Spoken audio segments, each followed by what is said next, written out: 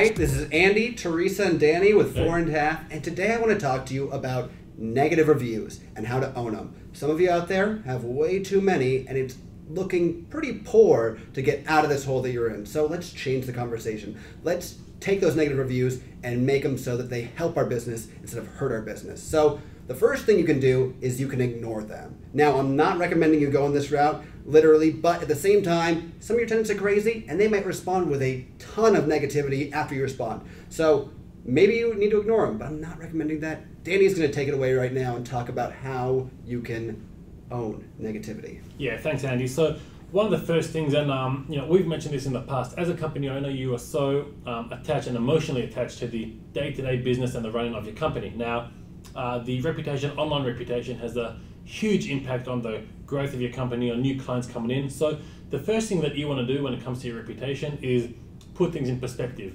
Take a step back.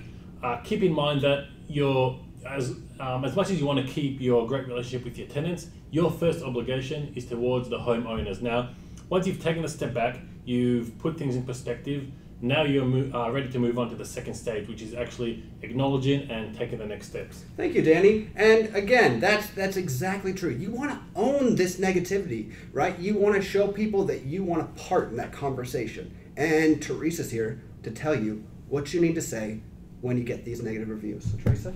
After you put things in perspective, we want you to acknowledge the review as Andy just stated. If you read the review and you notice that there is a solution to the problem, we highly recommend you reach out to that reviewer privately first. If you have their contact information such as email or phone number, that's a great way to reach out to these reviewers. By reaching out privately first, you're giving them the opportunity to either update the review or remove the review entirely.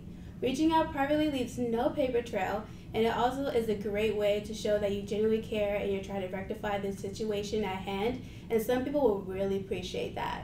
Now, if you notice there is no solution to the problem, we have a couple options here as well. You can either choose to not respond, as Andy mentioned earlier, or if you want to save face for a prospect leads that is looking at your online reputation, we want you to respond with the following tips in mind. Number 1, still thank that person for the feedback. Number 2, apologize for the experience that they had. Now, we don't want you to get into the specifics of the problem. We just want you to keep it very objective. And last but not least, number 3, if your name was mentioned in that review, have someone else in the office respond on your behalf. That way it takes the emotions out of it and it doesn't look like you're defending yourself. Now, we have a custom template provided in the text below of this blog that we highly recommend you use, and definitely customize it so that way it doesn't lose its personal touch. Now, if all of this fails, we will also go into depth also in the body of this blog of how you can fight reviews.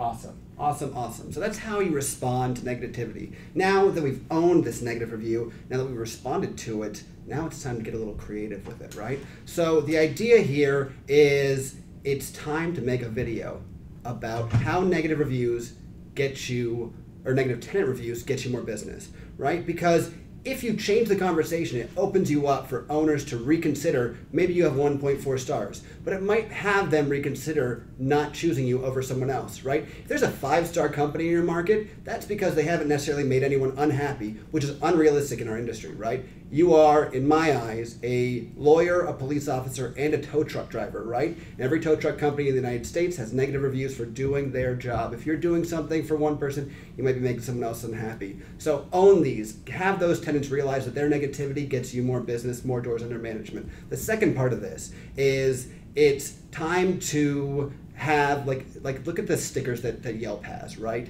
Our clients love us on Yelp. Well, let's change the conversation. Our clients hate us on Yelp, right? Because when you have a sticker like that, again, it changes the conversations, because why would someone advertise that unless there is something else to the conversation? So again, when all else fails, let's get creative. This is Andy, Teresa, and Danny with 4.5. If you have any questions, please give us a call today. Call anyone at 4.5. Take care.